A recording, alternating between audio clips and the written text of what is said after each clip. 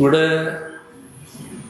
പദ്ധതി പ്രദേശത്ത് താമസിക്കുന്ന തൊഴിലാളികളുണ്ട്, നാട്ടുകാരുണ്ട്, യാത്രക്കാരുണ്ട്.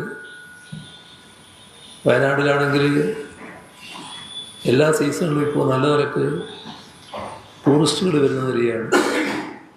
അപ്പം അങ്ങനെയെല്ലാമുള്ള ഒരു സ്ഥലത്ത് ആളുകളുടെ സുരക്ഷയ്ക്കായി വേണ്ട മുൻകരുതലുകൾ എടുത്തില്ല എന്നതാണ് കാണാൻ കഴിയുന്ന കാര്യം.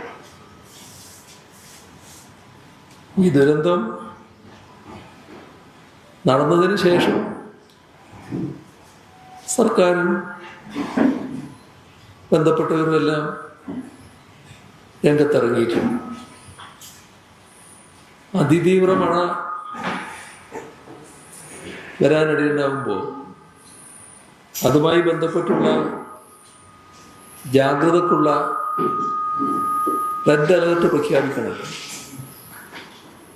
ആ റെഡ് അലേർട്ട് പ്രഖ്യാപിച്ചത് ദുരന്തം നടന്നതിന് ശേഷമാണ് എന്നാണ് മാധ്യമങ്ങൾ റിപ്പോർട്ട് ചെയ്തത്. ഇവിടെ ഈ കൂട്ടിയിട്ട മണ്ണിൻ്റെ വലിയൊരു ഭാഗം അവിടെ ഉണ്ട് എന്ന് പറയുമ്പോൾ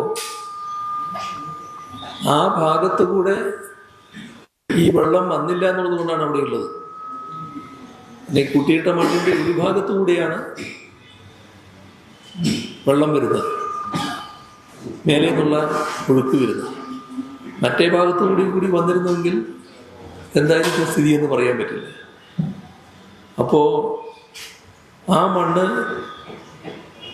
നീക്കം ചെയ്യണം എന്ന് നേരത്തെ തന്നെ തീരുമാനിച്ചിട്ടുണ്ട്.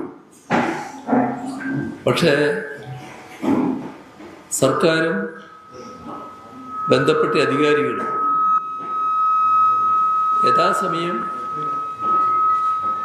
മണ്ണ് നീക്കുന്നതിനാവശ്യമായ നടപടികൾ സ്വീകരിച്ചില്ല.